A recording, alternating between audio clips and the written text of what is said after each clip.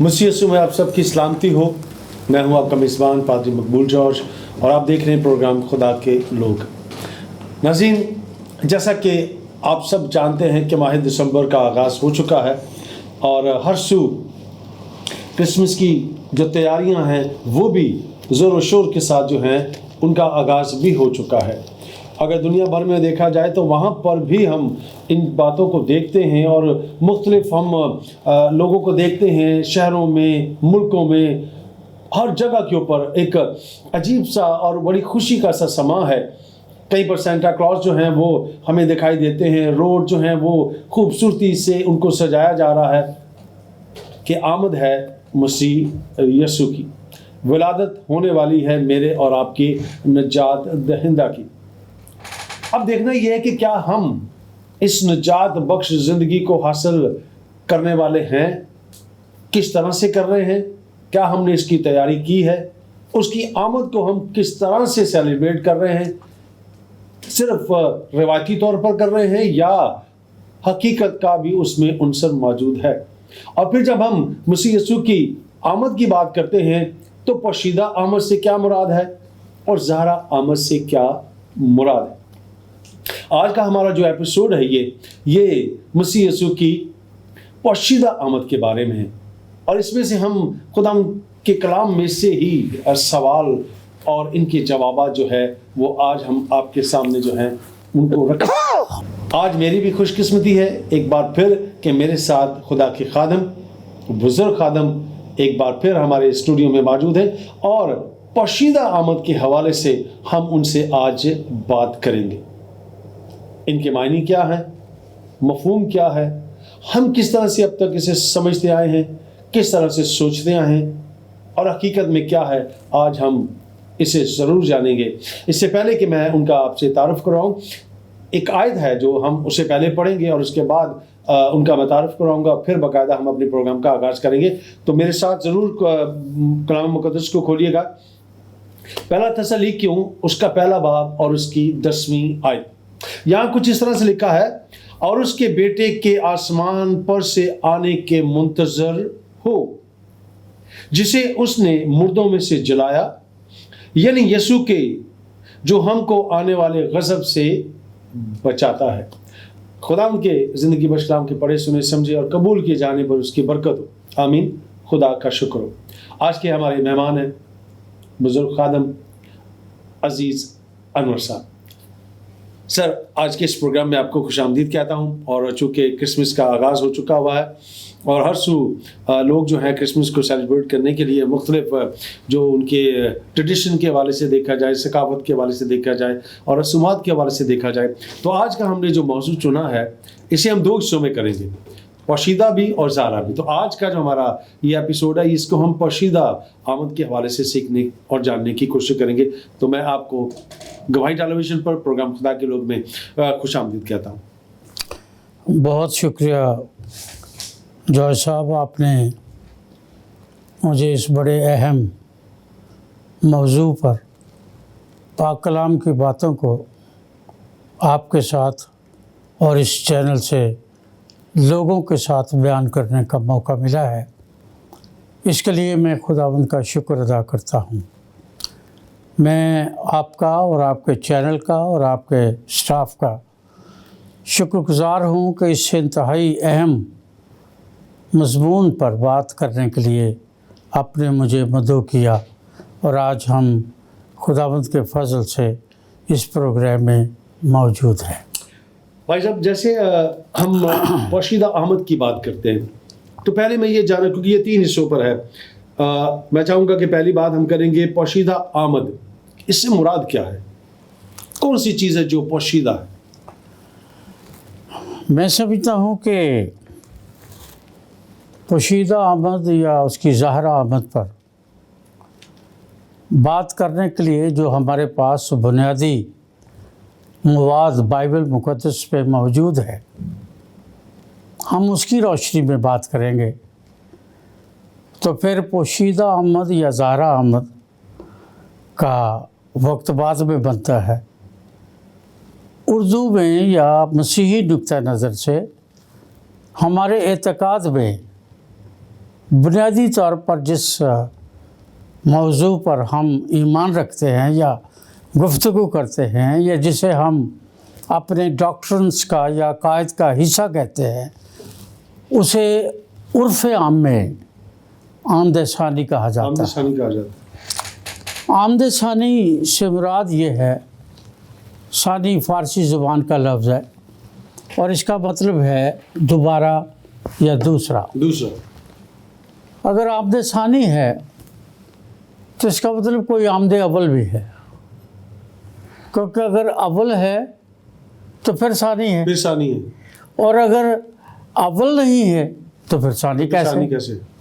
इसलिए आमद सानी जो है ये आज गवाही चैनल पर बात नहीं हो रही, इस पर तो तकरीबन 4000 साल से लोग गुफ्तगू कर रहे हैं। और इस सबसे पहले जैसे हम आमद अव्वल कहते हैं, उसके लिए लोग 4000 साल से इंतज़ार कर रहे हैं। और वो जो 4000 साल से उसका इंतज़ार लोग कर रहे हैं, उसको बाइबल मुक़द्दस में अहद अतीक में उम्मीद का नाम दिया गया है कि वो बनी नौ इंसान की उम्मीद है। वो यहूदी है या गैर यहूदी है, मसीही है या किसी भी मकतब फ़िक्र या ईमान या एतक़ाद से ताल्लुक़ रखता है, मसीह खुदावंद के आने से पहले बाइबल के सहाइफ ये बताते हैं कि वो पेशगोई के तहत इस दुनिया में आएगा और उसके आने का मकसद बताया गया है कि वो क्यों आएगा, और उस मकसद की वजह से कौमें और यहूदी और दूसरे लोग जो हैं उसका इंतज़ार कर रहे थे और इस उम्मीद में थे। और वो मकसद क्या था? जब हम पैदाइश की किताब उसका 3 बाब उसकी 15वीं आयत का मुताला करते हैं तो ये वो वक्त है जब आदम ने हवा ने फल खाया और खुदा ने आदम और हवा और इब्लीस को सज़ा दी। तो वहाँ उसने आदम को सज़ा दी, वो लिखा है वहाँ। बिल्कुल मौजूद है। उसने हवा को सज़ा दी, वहाँ लिखा है कि क्या सज़ा थी। फिर उसके बाद खुदा ने इब्लीस के साथ उसको सज़ा दी या उसको बताया कि अब तेरी सज़ा क्या होगी। 15वीं आयत में वो सज़ा मौजूद है और वहाँ लिखा है कि मैं तेरे दरमियान और औरत की नस्ल के दरमियान अदावत डालूँगा, और जो औरत की नस्ल से होगा तो उसकी एड़ी पर काटेगा और वो तेरे सर को कुचलेगा। और ये पहली पेशगोई है जो कि बाइबल मुक़द्दस में आमद अव्वल के लिए या आमद उसकी उम्मीद के लिए, जिसे उम्मीद का नाम दिया गया है, उसके लिए पहली पेशगोई। और उस दिन से बनी नौ इंसान आदम और हवा ये इंतज़ार कर रहे थे कि वो आएगा और इब्लीस के सर को कुचलेगा और उस गुनाह के तुख़म को बनी नौ इंसान के बदन जान रूह से जुदा करके अलहदा करके उसे ऐसा इंसान बनाएगा जिसके बारे में मुक़द्दस यूसुफ के पास फरिश्ता आया और उसने आकर उसको बताया उसका नाम यसू रखना, क्योंकि वही अपने लोगों को उनके गुनाहों से निजात देगा। और गुनाहों के से निजात के हुसूल के लिए लोगों ने उसे मसाया कहा, लोगों ने उसे उम्मीद कहा, और ये खुदावंद यसू की आमद अव्वल है। जब मसीह यसू बैतलहम में पैदा हुए तो उस वक्त मसीह यसू की ये आमद जो थी, ये उसकी पहली आमद का ही तकमील थी, उस पेश गोई की तकमील थी। बिल्कुल। लेकिन ये उसका अरूज नहीं है, इसलिए आमद सानी उसका वो अरूज है जो उसके बाद मसीह यसू जब आसमान पर उठाया गया, वो सारे कफ़ारे और निजात के मंसूबे को उसने पूरा किया और आसमान पर उठाया गया, तो मसीह यीशु ने अपनी ज़ुबान से भी कहा था। उस वक्त ख़ास वाक़या हुआ कि फरिश्तों ने उनसे कहा, ऐ गलीली मर्दो, तुम क्यों परेशान खड़े हो? जिस यीशु को तुम आसमान पर जाते हुए देखते हो, इसी यीशु को, वहाँ लफ्ज़ यही इस्तेमाल हुआ है कि इसी यीशु को तुम आसमान से आते हुए देखोगे। और यहाँ से आमद सानी का ज़िक्र शुरू हुआ और यहाँ से मसीही ईमानदारों की ज़िंदगी में आमद सानी का जो अकीदा है वो उसने जन्म लिया और लोग आज तक उस आमद सानी के ताल्लुक़ से गुफ्तगू करते और ईमान रखते हैं। जब हम बाइबल मुक़द्दस का और ख़ास तौर पर नए अहदनामे का मुताला करते हैं तो कहा यह जाता है, या जो खुदा के कलाम के तालिब इल्म हैं वो ये बयान करते हैं कि नए अहदनामा के 260 अबवाब है टोटल। मत्ती की इंजील के पहले बाब से लेके मुकाशफा के आखिरी बाब तक ये 260 अबवाब हैं, जिनमें 318 दफ़ा इस बात का जिक्र है कि वो आएगा। कोई वो आएगा। फरिश्तों ने कहा आएगा, मसीह यीशु ने कहा वो आएगा, शागिर्दों ने कहा वो आएगा, इब्तदाई कलीसिया ने कहा वो आएगा। हम अपने ईमान के अकीदे में पढ़ते हैं कि वो आसमान पर चढ़ गया जहाँ से वो जिंदों और मुर्दों की अदालत करने को आएगा। इसका मतलब ये है कि ये मसीह खुदावंद की आमद सानी मसीहों का एक मन घड़त किस्सा या कोई फैंटेसी या कोई कहानी नहीं।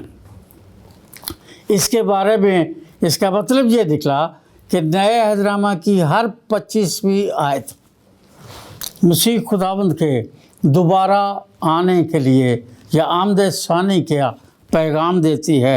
इसलिए आप इससे अंदाज़ा कर सकते हैं कि ये नए अहदनामे का, इब्तदाई कलीसिया का और आज की कलीसिया के ईमान और एतकाद की कितनी बड़ी और कितनी अहम सच्चाई है कि वो जाने कि मसीह खुदावंद आएगा और जब आएगा क्या करेगा वो भी लिखा है। बिल्कुल वो चीज़ उसके अंदर बिल्कुल मौजूद है। इसलिए आमद सानी जो है या मसीह खुदावंद का जो आना है उसका हिस्सा है। ये एक सिक्का है जिसके दो रुख हैं, यानी उस एक सिक्के का एक रुख है कि बाइबल बताती है उसकी आमद एक ऐसी होगी जिसे पोशीदा या इनविजिबल कहते हैं। दूसरे सिक्के का रुख ये है कि वो ज़ाहिरा होगी और फिर वो अपने फरिश्तों के साथ आएगा और हर आँख लिखा है उसे देखेगी और वो अपने फरिश्तों में जलाल के तख्त पर बैठेगा और फिर कौमें जो हैं उसके सामने हाजिर की जाएंगी। तो ये एक ही सिक्के के दो रुख हैं इसके। और इनको मैं समझता हूँ कि जानना हमारे लिए बहुत ज़रूरी है। अच्छा, यहाँ पर मैं एक चीज़ जो करता जाऊँ कि अगर जब हम आमद सानी की बात कर रहे हैं तो इक़साम या रुखों की बात हमने अभी की है, तो कौन कौन से वो रुख हैं? इक़साम क्या है आमद सानी की? बुनियादी तौर पर बाइबल मुक़द्दस या न्याय अहदनामा जो बयान करता है वो दो अक़साम हैं। एक तो ये है कि जब वो आएगा तो आसमान में एक तकरीब होगी और उस तकरीब में वो अपने ईमानदारों के साथ किए गए वादे को पूरा करें। सर, यहाँ हमें इशारा दिया जा रहा है एक ब्रेक का। ब्रेक के बाद आकर हम यहीं से शुरू करेंगे कि वो जो वादा पूरा क्या कर रहा है। नाज़रीन, यहाँ लेंगे एक छोटा सा ब्रेक और ब्रेक के बाद आकर हम तो यहीं से जोड़ेंगे जहाँ से इससे मुनक़ता हुआ, क्योंकि बहुत खूबसूरत बातें हैं जो मुझे और आपको बहुत तक़वीत देंगी और हमारे इल्म में इजाफा करेंगी और हमारे ईमान को भी मजबूत करेंगी। तो कहीं जाइएगा मत, हमारे साथ रहिएगा। Stay with us.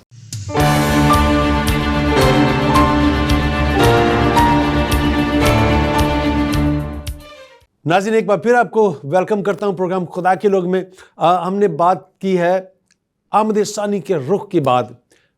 تو اس سلسلے کو وہیں سے جوڑتے ہیں جہاں سے سلسلہ جو ہے وہ منقطع ہوگا. جی بھائی صاحب، آپ آمد ثانی کے جو رخ ہیں یا اقسام ہیں، جو 2 اقسام ہیں، اس کے پہلی اقسام کی بات آپ کر رہے تھے. جی تو اس میں جو پہلی بات میں نے آپ سے عرض کی ہے، نیائے حضرامہ ہمیں اس بات سے آگاہی دیتا ہے، اور وہ آگاہی یہ ہے کہ وہ آئے گا، لیکن اس کے 2 اقساط ہوں گی. پہلی یا پہلا اس کا جو رخ ہے وہ یہ ہے کہ وہ آئے گا آسمان میں، اور صرف جو ایماندار ہیں جن کو اس کی کتاب حیات میں ایماندار کہا گیا، دنیا کے حساب سے نہیں. آپ کہیں کہ میں ایماندار ہوں، ٹھیک ہے، میں مان لوں گا. میں کہوں میں بہت راست باز ہوں، آپ مان لیں گے، ٹھیک ہے. یہ ساری باتیں یہاں تک تو ٹھیک ہے، لیکن پتہ تو تب چلے گا نا جب کتاب حیات کھولی جائے گی، کیونکہ وہاں پاک کلام میں لکھا ہے کہ جب وہ آئے گا تو دنیا پر عجیب و غریب واقعات ہوں گے. ایک واقعہ تو اس میں یہ بڑا اسپیسیفکلی بیان کیا گیا ہے کہ 2 عورتیں، ایگزامپلز، مثالیں دی گئی ہیں.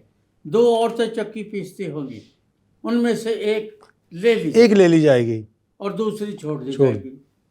2 لوگ کھیت میں کام کر رہے ہوں گے، ان میں سے ایک لے لیا جائے گا. اب جو لے لیا جائے گا یہ اس کی آمد کی، خفیہ آمد کی عدالت کا پہلا نتیجہ ہے کہ عدالت ہوئی اور وہ تولے گئے اور پورے نکلے. بادشاہ کو تو کہا گیا تھا نا کہ تو تولا گیا اور کم نکلا، لیکن یہاں اس کے حساب سے، دنیا کے حساب سے نہیں. میں پھر اس کو دہراؤں گا، ہم اپنے جس قسم کے مرضی سٹینڈرڈز اور میزان اور ہم اپنے جو مرضی بناتے پھرے، اس سے کوئی فرق نہیں پڑتا. خدا کے منصوبے اس سے نہیں بنتے، نہ خدا کے ارادے اس سے بدلتے. پتہ چلے گا کون اٹھا لیا گیا ہے، اور جب اٹھا لیا جائے گا تو اس کا مطلب یہ ہے کہ وہ اس عدالت میں سے گزر گیا ہے جس کے لیے متی کی انجیل کے 24ویں باب میں مسیح خداوند نے کہا، آؤ میرے باپ کے مبارک لوگوں، اس بادشاہی کو حاصل کرو، کیونکہ تم نے یہ میرے لیے کیا. اور وہاں لکھا ہے خداوند کب تو ہمارے پاس آیا اور کب ہم نے یہ کیا. اور مسیح خداوند ان سے کہے گا جب تم نے یہ کیا تو پھر میرے ساتھ. تو یہ اس دن پتہ چل جائے گا، عدالت ہو جائے گی، اور پھر عدالت کے بعد پتہ چلے گا کون اٹھا لیا جائے گا. اور جو اٹھا لیا گیا ہے اس کا مطلب یہ ہے کہ وہ تولا گیا ہے اور پورا نکلا ہے، اور اس کا نام کتاب حیات میں ہے. اگر کتاب حیات میں ہے تو وہ اٹھا لیا گیا ہے. اور جس کا نہیں ہے اس کا دنیا میں کیا عہدہ ہے، اس کا کیا رتبہ ہے، کیا مقام ہے، اس کے پاس کتنی ڈگریز ہیں، کتنی دولت ہے، کتنے اس کے شاگرد ہیں، جو چھوڑ دیا جائے گا. اس بات سے ثابت ہو جائے گا کہ وہ تولا گیا اور کم نکلا. تو یہ اس کی پوشیدہ آمد کا ایک پہلا قدم ہے جس میں پتہ چلے گا کہ جب وہ آئے گا تو پھر کیا ہوگا. دوسرا جو ہے وہ کیا ہے؟ تو دوسرا رخ جو ہے وہ یہ ہے کہ جسے ہم اپنی جو ظاہرہ آمد ہے اس میں دیکھیں گے. عدالت تو اس میں بھی ہوگی، لیکن اس عدالت میں اور اس عدالت کے منظر نامے میں فرق ہے. وہاں استغاثہ فرق ہوگا، یہاں استغاثہ فرق ہے. وہاں مدعی فرق ہوگا، یہاں مدعی وہی ہے، لیکن اس کا سوال فرق ہوگا. اور اس کے بارے بائبل یا نیائے حضرامہ ہمیں بڑی تفصیل سے بتاتا ہے کہ وہ کیا ہوگا. اور جب ہم اس پر آئیں گے تو ہم تفصیل سے اس کو دیکھیں گے کہ وہ کیا ہوگا اور کیا نہیں ہوگا. کیونکہ آمد ثانی کے بارے جو نئے حضرامہ میں باتیں بتائی جاتے ہیں کہ کیوں ہوگی، اس کی 4 وجوہات ہیں. تو اس میں پہلی بات جو ہے وہ یہ ہے کہ وہاں لکھا ہے کہ وہ عدالت کرنے کے لیے آئے گا، اور یہی ہمارا ایمان ہے کہ وہ مردوں اور زندوں کی عدالت کرنے کو آئے گا. دوسرا جو بڑا آنے کا مقصد ہے وہ یہ ہے کہ وہ रास्तबाजों को और नारास्तों को अजर देने के लिए आएगा। अजर तो मिलेगा, खा वो ईमानदार हैं या नहीं है, ईमानदार नहीं हैं। अजर किस सूरत में मिलेगा ये तो मुद्दई बताएगा। बिल्कुल, ये तो इस्तिगासा बताएगा कि इसकी सज़ा क्या है और उसकी सज़ा क्या है। जैसा जैसा जुर्म होगा वैसी वैसी सजा जो होगा वो। तीसरी बात जो है वो जब आएगा तो फिर ये ज़मीन और आसमान लिखा है टल जाएंगे, ये ख़त्म हो जाएंगे।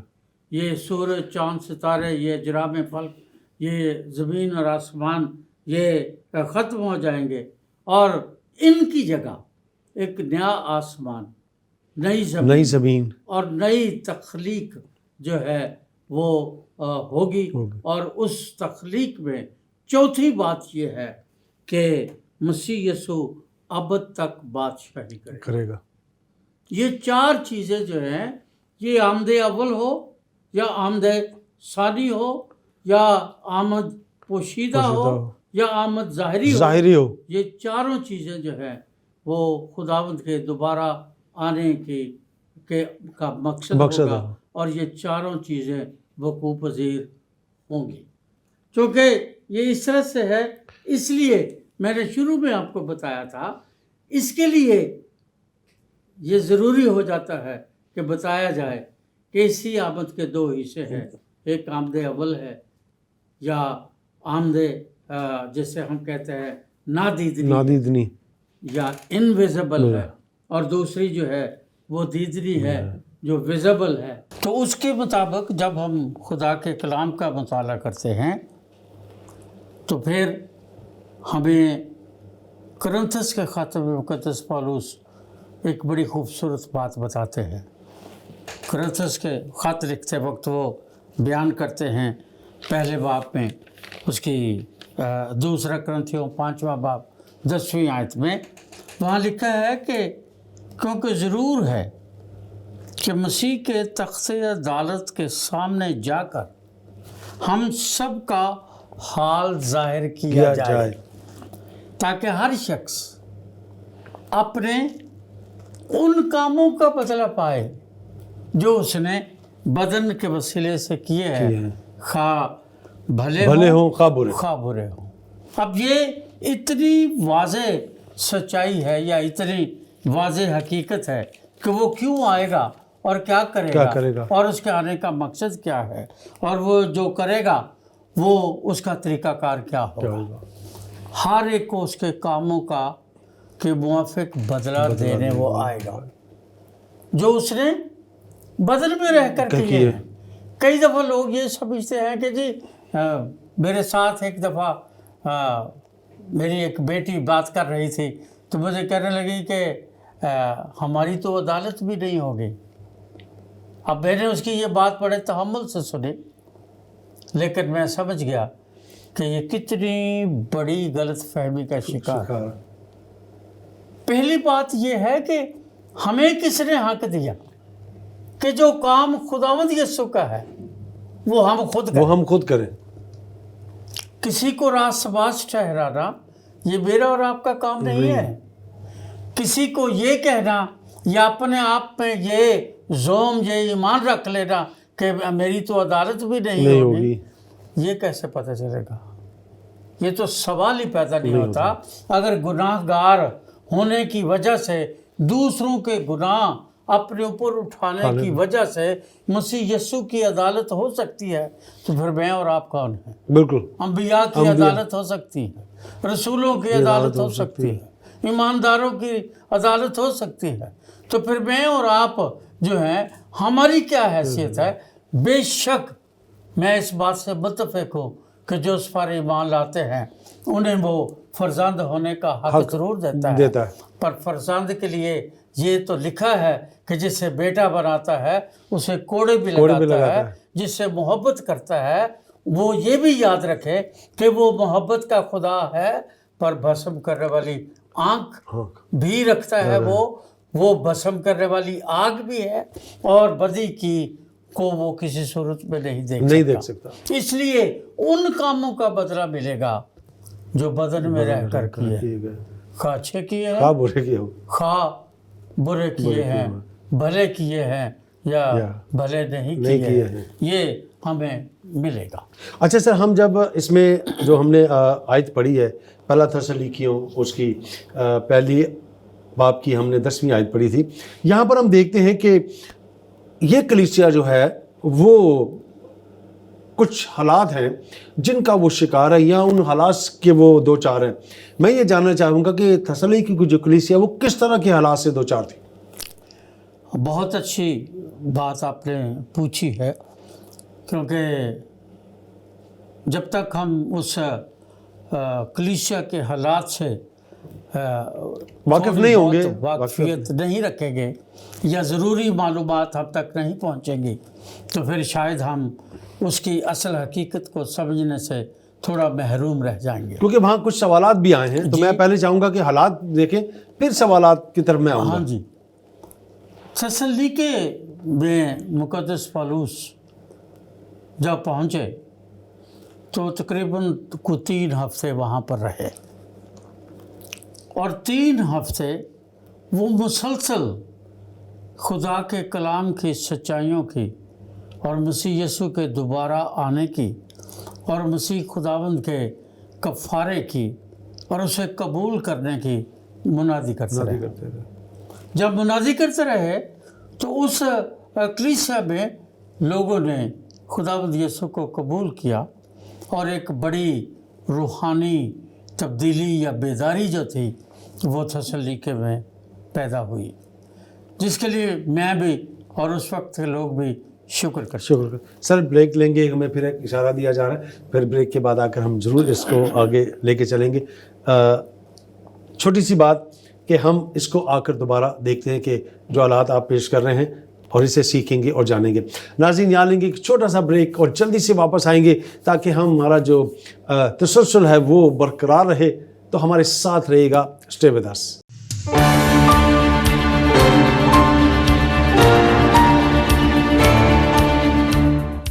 हो गया और दोनों का अजर अगर सिर्फ मौत ही है तो फिर मसीह यीशु पर ईमान लाने और मसीह होने का तो फायदा ना होगा। यही तो वो चीज़ है जो लासानियत है जो हमें दुनिया से अलग करती है। क्योंकि जब हम मसीह यीशु पर ईमान रखते हैं तो थस्सलुनीके के उस शहर में पौलुस ने को 3 हफ्ते के करीब गुजारे और खुदा के कलाम की कुदरत से मोजज़ाना तौर कैसे कह लें एक बड़ी तब्दीली लोगों में आना शुरू हो गई। एक अच्छी खासी कलीसिया वहाँ पर बन गई और वहाँ थस्सलुनीके के जो यहूदी थे वो पौलुस के पास आए और उन्होंने उसको कहा कि तू यहाँ से चला जा, क्योंकि जिस किस्म की तो तालीमात दे रहा है, इन तालीमात से हमारे अकायद और हमारी जो सैक्रामेंट्स हैं या हमारे जो नज़रिया है उन पर बड़ी ज़रब पड़ रही है, लोग हमें छोड़ रहे हैं और तू यहाँ से चला जा वरना अच्छा नहीं होगा। मुक़द्दस पौलुस वहाँ से चले गए और फिर उन्होंने तीमुथियुस और सिलास को वहाँ भेजा, जिसमें से तीमुथियुस को ख़ास तौर पर उसने मुक़द्दस पौलुस ने कहा, वो एक 22 साल का जवान था, 20-22 साल का, उसको कहा कि जा वहाँ पर लोगों से मिल और पता कर कि वहाँ ये जो हलचल है ये क्यों है। दूसरी बात कि वो किस तरह से अब अपनी रूहानी ज़िंदगी में बलूगत की तरफ बढ़ रहे हैं, उनको को रूहानी मसाइल अगर दरपेश है तो वो क्या है? या आप एक लाइन में ये कह सकते हैं कि जाके पता कर मुझे वहाँ की कलीसिया के रूहानी, जिस्मानी, दुनियावी और ईमान के हालात से आगाही दे। वो वहाँ गया। जब वो वहाँ पर गया, लोगों से मिला, ईमानदारों से उसकी गुफ्तगू हुई, तो वो जो बातें उससे मिली उन बातों ने उसको हैरान कर दिया। जिसमें पहली बात जो थी वो वहाँ पर ये थी, जो दोनों खतूत का एक ही मज़मून है, اور وہ مضمون جو ہے وہ یہی آمد ثانی ہے. ثانی کی بات ہو رہی ہے. اور وہ جب وہ آمد ثانی پر غور کرتے تھے وہاں کی کلیسیا کے لوگ، تو ان کے سامنے سب سے پہلا سوال یہ تھا کہ ہم جو زندہ ہیں ہم تو آسمان پر اٹھا لیے جائیں گے، پر جو ہم سے پہلے یا اس کے آنے سے پہلے مر جائیں گے ان کا کیا بنے گا.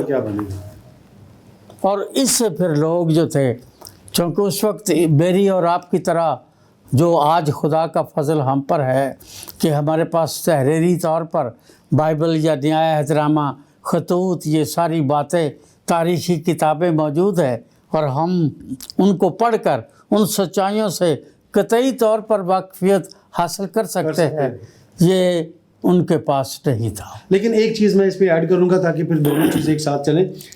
آپ کے خیال میں کیا آج بھی بہت سی کلیسیاؤں میں، بہت سی جگہوں پر یہ سوال آج بھی کیا جاتا ہے کہ جو ان کے ساتھ اٹھا لیے جائیں گے وہ جائیں گے، وہ بات ہے، لیکن جو اس سے پہلے مرے ہیں، یہ آج بھی یہ سوال کئی جگہ پہ میں نے سنا ہے اور کئی جگہ پہ کیا بھی جاتا ہے، اور کئی لوگوں نے مجھ سے کہا کہ آپ جب کبھی آپ کو موقع ملے تو سوال کیجیے گا. تو میں چاہوں گا کہ ان دونوں کو آپ پیرالل لے کے چلیں تاکہ ہم موجودہ میں بھی دیکھیں اور جو سوال تسالونیکیوں میں کیا گیا اس حالات کو بھی ہم دیکھیں گے. جی سر.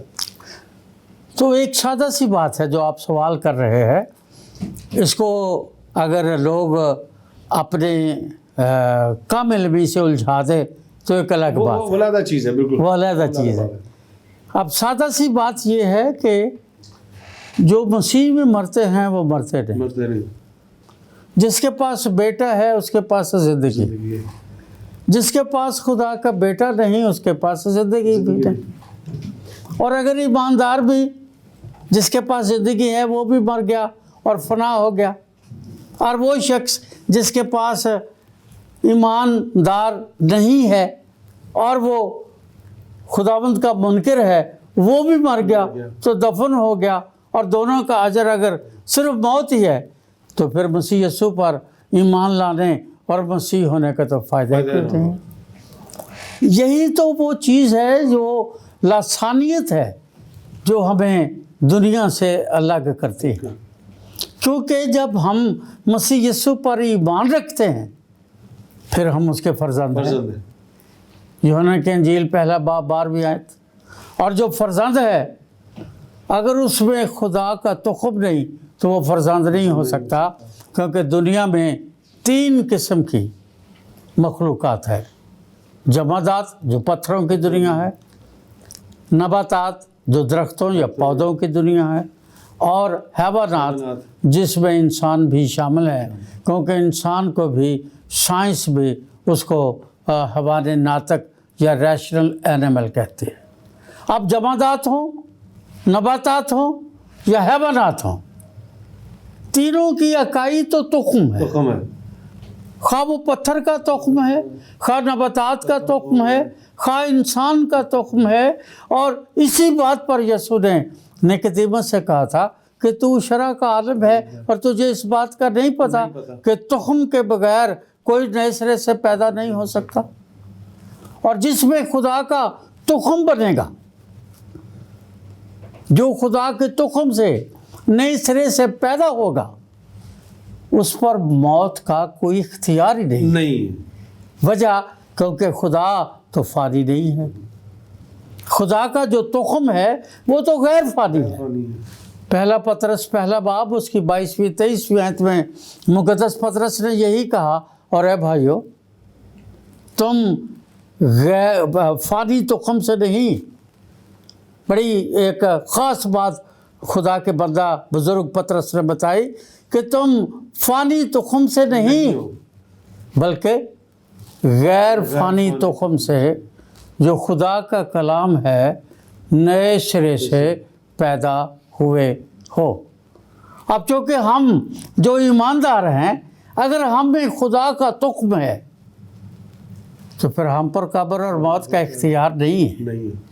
بائبل اس بات کو ثابت کرتی ہے. لوکا کے انجیل میں ایک کہانی مسیح یسوع نے بیان کی. اس نے کہا کہ ایک امیر آدمی تھا جو شان و شوکت سے رہتا تھا. उसके दरवाजे पर एक शख्स पड़ा था जिसका नाम लाजर था, और वो फोड़ों से भरा था, और लिखा है उसकी आरज़ू थी कि उसकी मेज से गिरे हुए टुकड़ों से पेट भरे। लिखा है वहाँ, अगर आप गौर करें उस हवाले को, तो 3 बातें बड़ी अहम हैं। पहली बात तो ये है कि अमीर आदमी का नाम कोई नहीं, वहाँ पर मौजूद नहीं उसका नाम। अब हालांकि मोहल्ले में, गली में, गांव में, शहर में अमीर लोगों को कौन नहीं जानता, और उनके कोई रिश्ता भी ना हो, नाम तो लोग जानते होंगे, पर वहाँ उसका कोई नाम नहीं। ये अदालत है कि जो खुदावंद के बगैर इस दुनिया में ज़िंदा है या मर जाएगा, अगर उसने खुदावंद का कबूल नहीं किया तो खुदावंद अपना नाम उसे नहीं देगा। दूसरा ये है कि लाजर मर गया, लाजर का नाम है, और लाजर का मतलब जो है उर्दू में वो ये है, खुदा ने जिसकी मदद की, या गॉड हेल्प। खुदा ने उसकी हेल्प क्या की, दुखों में है, पर खुदावंद ने अपना नाम तो दिया है। अपना नाम सिर्फ बाप ही अपने बेटे को देता है, दूसरे नहीं दे सकते। दूसरे अडॉप्ट कर सकते हैं, पर तुखम से नहीं दे सकते। नहीं दे सकते। बाप वही नाम देता है जो तुखम से देता है, और जो तुखम से होता है वो लिखता है वल्द, वो किसी दूसरे का नाम नहीं लिखता। इसलिए उसको खुदा ने नाम दिया, क्या? लाजर, यानी खुदा ने तेरी मदद की है, बेशक तो जो भी है। तीसरी बड़ी अहम बात है, वो ये है कि वहाँ लिखा है और लाजर मर गया, और फरिश्तों ने ले जाकर उसे इब्राहिम की गोद में डाल दिया। गोद में डाल। कहीं नहीं लिखा कि वो मर गया और दफन हुआ, कहीं नहीं लिखा। ये लिखा है वो मर गया और फरिश्तों ने उसे ले जाकर इब्राहिम की गोद में डाल दिया।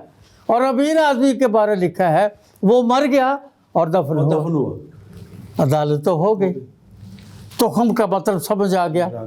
इसलिए जो इस दुनिया में ज़िंदा है या थसल्लीकों की कलीसिया में ज़िंदा है, वो मर भी जाएं फिर भी इब्राहिम की गोद है, वो ज़िंदा हैं फिर भी उनके लिए ताज और सेहरे मौजूद हैं। और जो उस पर ईमान नहीं रखते, जो उसे कबूल नहीं करते, जो उसे रद्द करते हैं, खा वो दुनिया में किसी भी बड़े ओहदे पर हो, वो मजहबी ओहदे हैं, वो दुनिया के ओहदे हैं, वो सियासी ओहदे हैं, वो कोई भी ओहदे और कोई भी नाम, कोई भी अलकाब हैं, वो मरेंगे और दफन होंगे, और इब्राहिम की गोद में नहीं।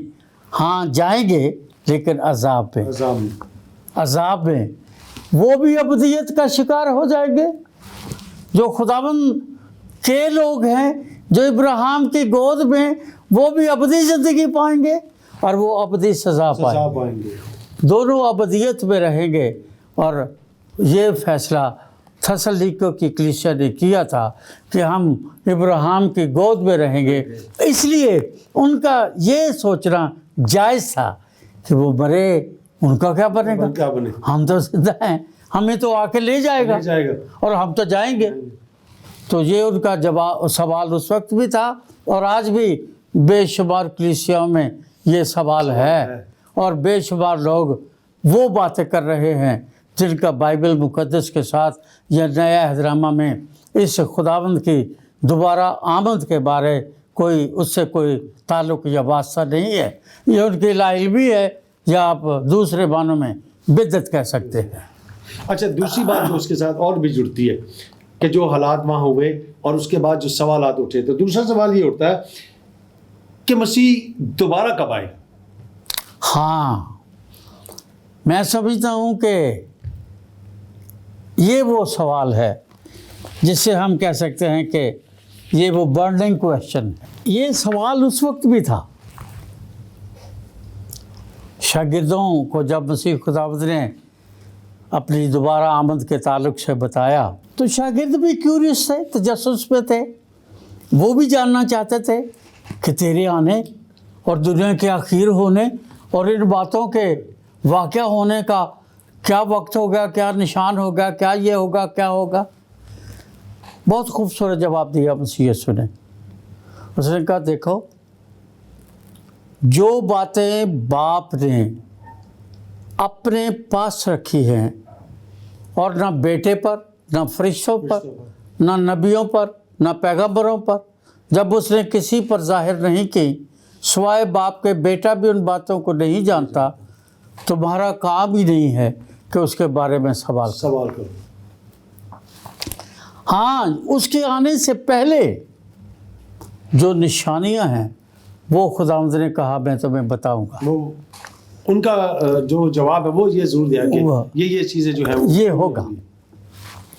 बहुत सारी बातें मसीह खुदावंद ने बताई कि ऐसा होगा, जिनमें एक बड़ी ख़ास बात मुझे जो लगती है वो ये है कि बदी के बढ़ जाने से बहुतों की मोहब्बत ठंडी पड़ जाएगी। और ये आज है। हाँ, और ये बात मसीह खुदावंद ने बताई। और फिर उसने ये भी बताया कि माँ बेटी के खिलाफ, बेटी माँ के खिलाफ, बेटा बाप के खिलाफ, बाप बेटे के खिलाफ अदालतों में खड़े होंगे और एक दूसरे को पकड़वाएंगे और कत्ल तक करवा देंगे। ये हो रहा है। मोहब्बत ख़त्म हो गई। ठंडी पड़ना लोगों को लगता होगा कि ठंडी पड़ गई है, मुझे लगता है ख़त्म हो गई। अब तो लोग एक जिसे कहते हैं ना रवायती तौर पर उस चीज़ को, ये मेरे अब्बू हैं, ये मेरी अम्मी हैं, ये मेरा भाई है, ये मेरी बहन है, ये कर्टसी है उनकी। अब इसको वो लोग मसीही ईमान का हिस्सा नहीं कहते। इसे एथिक्स कहते हैं। ये जी अखलाकियात। तो ये अखलाकी कदरें तो उनके पास भी हैं जो खुदावंद यीशु का नाम भी नहीं जानते, वो सुनते भी नहीं हैं, बाइबल भी नहीं पढ़ते हैं, उनको पता भी नहीं है। वो बड़े फ़ख्र से कहते हैं जी हम किसी खुदा को नहीं मानते, हम एथीस्ट या पेगन्स हैं। और वही अगर करैक्टरिस्टिक्स या वही जो किरदार हम उनका है जो किसी खुदा को नहीं मानते, और वही किरदार अगर मसीहों का है, वो भी कर्टसी से थैंक यू इस किस्म की बातें करते हैं और हम भी कर्टसी से ऐसा करते हैं, तो फिर फ़र्क क्या होगा? मैं समझता हूँ मोहब्बत मफकूद हो गई है, अब नहीं मिलती वो। अब लोग गर्ज से मिलते हैं। अगर आपके पास पैसा है तो सब रिश्तेदार है, अगर आपके पास पैसा नहीं है तो कोई आपको पूछेगा भी नहीं। मेरा एक शागिर्द है, वो एक हफ्ता पहले मेरे घर आया।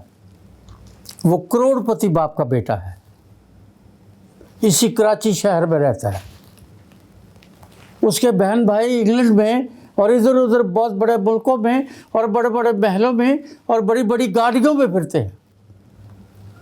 वो मेरे वसीले उसने आज से कुछ 20 साल पहले खुदावंद यीशु को कबूल किया।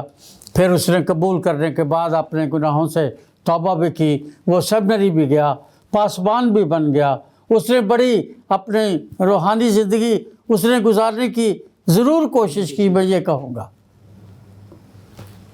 फिर उसकी ज़िंदगी में एक बहुत बड़ा इनकलाब आया। उस इनकलाब की वजह से मेरे घर जिस दिन वो आया, उसने कहा कि पादरी साहब, मैं 16 दिन से मैं और मेरी बीवी और मेरा बेटा जो 11 साल का है, हम तीनों भूखे हैं। आज भी उसके बहन भाई करोड़पति हैं, करोड़ों की जायदाद के मालिक है, वो भी जायदाद का मालिक है, लेकिन उसको उसके बहन भाई कहते हैं कि तू मर जाए तो हमें बड़ी खुशी होगी। वो उसकी मदद करने को तैयार नहीं। एक ही माँ की औलाद एक ही बाप के तुख़्म से है। ऐसी सैकड़ों मिसालें मैं आपको दे सकता हूँ, गैर मसीहों की नहीं, मसीहों की, ईमानदारों की, खादमों की, पासबानों की, खुदा के कलाम की खिदमत करने वाले लोगों की, उनकी औलादों की मैं आपको बता सकता हूँ, जो मैंने अपनी इस उम्र में मुशाहिदा भी किया है और देखा है लोगों को, क्योंकि मैं कलीसियाओं में फिरता हूँ। सर ब्रेक लेंगे, ब्रेक के बाद आकर ज़रूर आगे की तरफ जाएंगे और बहुत कुछ सवाल हैं, उनका जवाब भी ज़रूर लेंगे। नाज़रीन, एक छोटे से ब्रेक के बाद आपसे दोबारा मिलते हैं, हमारे साथ जुड़े रहिएगा। Stay with us.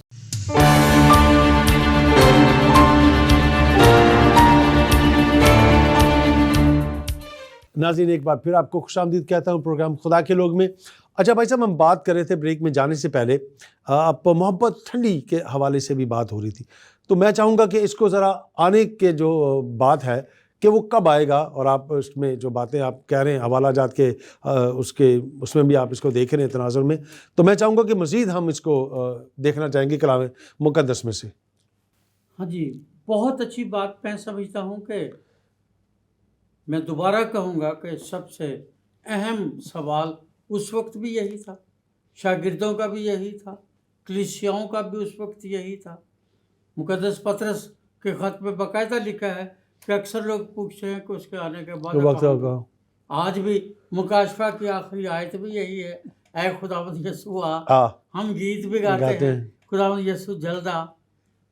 ये सवाल उस वक्त से है, इसका हल, इसका जवाब उस दिन लोगों को मिलेगा जिस दिन वो आ जाएगा। लेकिन खुदावंद के पाक कलाम में लिखा है कि खुदा उस वक्त तक कोई काम नहीं करता जब तक वो अपने बंदों को उसके बारे में बता ना दे। आगाही देता है वो, आगाही देता है वो। अब उसने आगाही दे दी कि बदी बढ़ जाएगी, और आज आप देख लें गेज और टीनेजर, अपना जो बेबीज की बर्थ, या दुनिया में जो कुछ हो रहा है, मैं उसकी डिटेल में नहीं जाऊंगा, दुनिया जानती है, लोग उससे वाकफ। बदी बढ़ गई है। अब तो लोग बदी नहीं कहते, अब उसको बदी नहीं लोग कहते। मैंने किसी से बात की, मैंने कहा कि ये तो गुनाह है। कहने लगे पादरी साहब, आप जिस दौर के हैं उस वक्त आपके जो ब्रेन की जो प्रोग्रामिंग है ना, वो फर्क हुई है। हमारे दौर के ब्रेन की प्रोग्रामिंग फर्क है। इसलिए आपको ये बदी लगती है। ये बदी नहीं है, ये तो हमारा कल्चर है, ये तो हमारा मौज मेला है, ये तो जो खुदा ने हमें दिया है, हम उसको एंजॉय कर रहे हैं। तो इसलिए बदी बढ़ गई है, मोहब्बत ठंडी पड़ गई है। जो कुछ खुदावंद यीशु ने कहा था वो हो रहा है, और वो हमारी आंखों के सामने है, और अब हम उस वक्त में जिंदा हैं जो इस सारे माहौल से गुजर भी रहे हैं और चश्मदीद गवाह। लेकिन खुदावंद के पाक कलाम में ये बात लिखी है कि उस दिन और उस घड़ी की बाबत कोई नहीं जानता, ना आसमान के फरिश्ते, ना बेटा, मगर सिर्फ बाप। सो पहली बात, मसीह खुदावंद के दोबारा आने का जो वक्त है, सही वक्त, उसका कोई कैलेंडर ना कोई दे सकता है और ना किसी को देना चाहिए। जो कैलेंडर देते हैं, जो शेड्यूल देते हैं, वो बिदअत है, और वो खुदा के कलाम और मसीह के कलाम के खिलाफ बात है। इसलिए मसीह खुदावंद ने जो बातें बताई हैं, अगर हम उनको देखें तो वहाँ लिखा है इस्तेस्ना की किताब के 29वें बाब की 29वीं आयत में कि गैब का मालिक तो खुदावंद हमारा खुदा ही है, और जो बातें जाहिर की गई हैं वो हमेशा तक हमारे और हमारी औलाद के लिए है। क्योंकि औलाद के लिए है, हमारे लिए है, इसलिए खुदावंद यीशु ने उन बातों को बताया। जब हम यूहन्ना आरफ की मार्फत दिया गया मसीह खुदावंद का मुकाशफा, जब हम उसका मुताला करते हैं तो वहाँ मसीह खुदावंद ने खुद अपनी ज़ुबान से कहा, देख बिहोल्ड, देख मैं जल्द आने वाला हूँ। और ये जो देख है, ये लफ्ज़ यूहन्ना ने अपनी इंजील में और खतूत में मसीह खुदावंद ने जब उससे बात की है तो 4 दफ़ा आया है। 4 दफ़ा उसने कहा देख। अब क्या देख? नंबर 1, इसका मतलब वो तवज्जो हासिल कर रहा है। दूसरी बात, वो उस बात की जो अहमियत है या ऑथेंटिसिटी है, उसकी यकीन दहानी करा रहा है کہ جو بات میں تجھے کہہ رہا ہوں اس کو غور سے سن اور اس کو تو نے پس پشت نہیں ڈال دو. وہ کیا ہے؟ ہوسی کا صحیفہ جب ہم پڑھتے ہیں اس کے چھٹے باب کی پہلی 3 آیات میں پڑھوں گا. وہاں لکھا ہے آؤ ہم خداوند کی طرف رجوع کریں اور وہ 2 روز کے بعد ہم کو حیات تازہ بخشے گا. تیسرے روز اٹھا کھڑا کرے گا. 2 روز کے بعد ہم کو حیات تازہ بخشے گا. تیسرے روز اٹھا کھڑا کرے گا اور ہم اس کے حضور زندگی بسر کریں گے. آؤ ہم دریافت کریں اور خداوند کے عرفان میں ترقی کریں. اس کے ظہور یعنی مسیح کی مانند اس کا ظہور یقینی ہے اور وہ ہمارے پاس برسات کی مانند زمین کو سیراب کرنے آئے گا. یہ ہوسی کی معرفت مسیح یسوع کے پہلی آمد کے دوران دوسری آمد سے پہلے کہا گیا. اور جب کہا گیا اس کو خدا کا بندہ مقدس پطرس اپنے خط میں 2 پطرس 3 باب 8ویں آیت میں بیان کرتا ہے. اے عزیزو یہ خاص بات تم پر پوشیدہ نہ رہے کہ خداوند کے نزدیک 1 دن 1000 برس کے برابر اور 1000 برس ایک دن کے برابر. ہوسی کیا کہتا ہے؟ 2 دن کے بعد حیات تازہ. اور اگر 1 دن 1000 برس کے برابر اور 1000 برس ایک دن کے برابر ہے 2000 سال تو ہو گئے. 2 دن ہو گئے. اب یہ تیسرا سال شروع ہو گیا ہے. اس کا آغاز ہو چکا ہے. اور وہ جو تیسرا سال جس کا آغاز ہو چکا ہے اس کے بارے لکھا ہے آؤ ہم دریافت کریں اور خداوند کے عرفان میں ترقی کریں اور مسیح کے ظہور کی آمد یقینی ہے. اس کو یاد رکھیں. وہ ہمارے پاس برسات کی مانند زمین کو جیسے بارش سیراب کرتی ہے وہ آئے گا اور سیراب کرے گا. تیسرا دن شروع ہو چکا ہے. 2 دن گزر گئے. اب تیسرے دن اس کا ظہور ہونے والا ہے. کب ہوگا؟ برسات تو پوچھ کے نہیں آتی. برسات کا ایک اپنا طریقہ کار ہے. اس کا ایک اپنا موسم ہے اور وہ اس کے حساب سے آتی ہے. اس لیے خداوند کب آئے گا یہ تو ہم نہیں جانتے. لیکن جو عقل مند لوگ ہیں یا عقل مند قومیں ہیں یا عقل مند خاندان ہیں وہ برسات کے موسم کی پہلے تیاری کرتے ہیں. اور اس تیاری کے بارے میں خداوند کے پاک کلام نے مسیح خداوند نے اپنی زبان سے یہ بات کہی ہے. اور وہاں اس نے بتایا ہے ایک کہانی سنائی ہے متی کی انجیل کے 25ویں باب میں جس سے ہم 5 یا 10 کماریوں کی وہ نام بالکل. اس میں 5 بیوقوف ہیں ہم نے جو سنا. ہاں بالکل. اور 5 عقل مند ہیں. اب 10 چنی گئی ہیں. اس سے تو دونوں کے کریکٹرز میں کوئی فرق نہیں کیونکہ چنی گئی ہیں. 10 کی 10 کماریاں ہیں. اس کا مطلب وہ کریکٹر لیس نہیں ہے. وہ دیندار ہیں اور پاک باز ہیں. تینوں 10 کے پاس مشلے ہیں. اس میں بھی کوئی شک نہیں ہے. ان مشلوں میں تیل بھی ہے. اس میں بھی کوئی شک نہیں ہے. دلہا دیر لگاتا ہے 10 سو جاتے ہیں. لیکن وہ 5 بیوقوف کیوں ہیں اور 5 عقل مند کیوں ہیں؟ وہاں لکھا ہے کہ دلہا نے آنے میں دیر لگا دی. جیسے آج کے لوگ کہہ رہے ہیں کہ اس کے آنے کا وعدہ کہاں گیا. پطرس کے خط پہ خود پطرس کو لوگ پوچھتے ہیں.